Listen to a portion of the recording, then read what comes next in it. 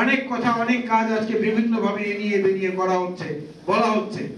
কখনো বলেন ডিসেম্বর, কখনো বলেন সংস্কার, কখনো বলেন আবিষ্কার, কখনো বলেন পুনঃ আবিষ্কার।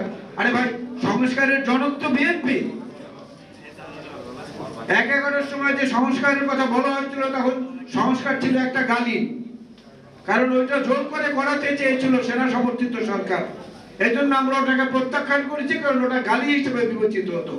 আজকে সেই সংস্কার হয়েছে একটা বুলি, অর্থাৎ সবার প্রিয় একটা জিনিস, এবং বিএনপি সেটার পায়োনিয়ার। 2030 ভিশনের মাধ্যমে দেশনেত্রী বেগম খালেদা জিয়া প্রথম বাংলাদেশে সংস্কারের কথা বলেছেন। জিয়াউর রহমান সাহেব কৃষিক্ষেত্রে খাল কাটার মধ্য দিয়ে সংস্কারের নমুনা দেখিয়েছেন। জিয়াউর রহমান সাহেব সংবিধানে বিসমিল্লাহির রহমানির রহিম সংযোজন করে সংস্কারের নমুনা দেখিয়েছেন। যুব মন্ত্রণালয় খুলে দিয়ে সংস্কারের নমুনা দেখিয়েছেন। মহিলা ও শিশু বিষয়ক মন্ত্রণালয় খুলে সংস্কারের নমুনা দেখিয়েছেন। বেগম খালেদা জিয়া তথ্য বিজ্ঞান প্রযুক্তি মন্ত্রণালয় খুলে সংস্কারের নমুনা দেখিয়েছেন। মুক্তিযুদ্ধ বিষয়ক মন্ত্রণালয় খুলে সংস্কারের নমুনা দেখিয়েছেন। প্রবাসী কল্যাণ মন্ত্রণালয় খুলে সংস্কারের নমুনা দেখিয়েছেন। আর কোন সরকারের এমন উন্মোচনী অভিজ্ঞতা আছে, কোন সরকারের এমন আবিষ্কারের ক্ষমতা আছে বাংলাদেশে?